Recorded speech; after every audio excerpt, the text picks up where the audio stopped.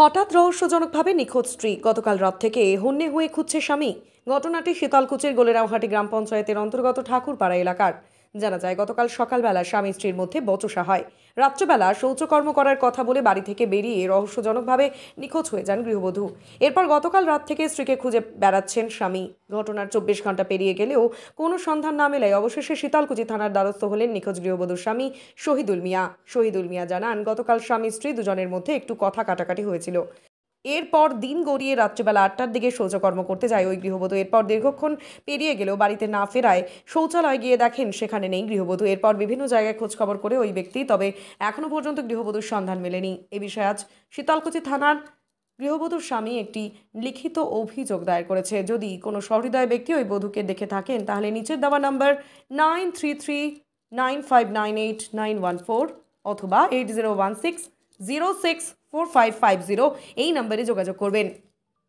রুবিনা পারভিনের স্বামী সূত্রে জানা যায়, রুবিনা পারভিনের বয়স 32 বছর, গায়ের রং ফর্সা, মুখমণ্ডল গোলাকার, উচ্চতা 5 ফুট, পরনে লাল নাইটি, লাল ওড়না এবং সাদা সোয়েটার। যদি কেউ এই গৃহবধূকে দেখে থাকেন তাহলে যোগাযোগ করবেন স্ক্রিনে দেওয়া নম্বরে।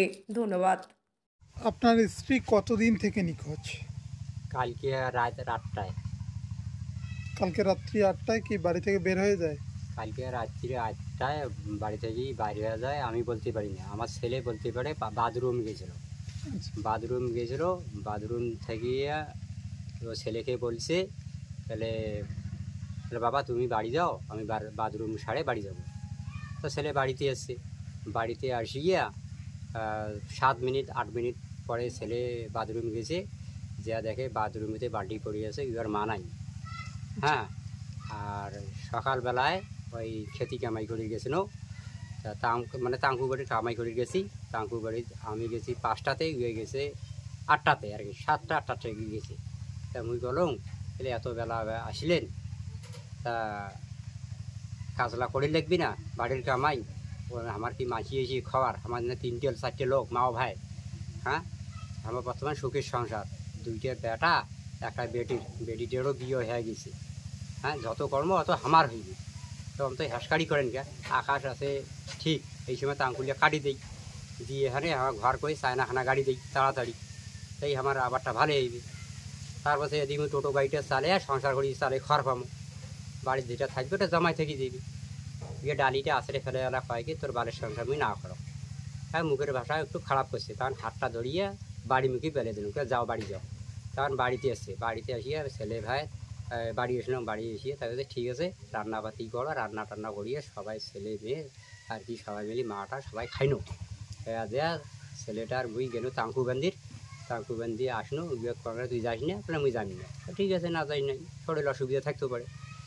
তারপর এবার বাড়ি আসলো, বাড়ি আসিয়া আর রাত্রিবেলা ভাত ছাড়ি দিছে, ভাত টাত খাইনো। খেয়া দেয় বিয়োগ পৌঁছে গেলে ভাত না খাস তুই?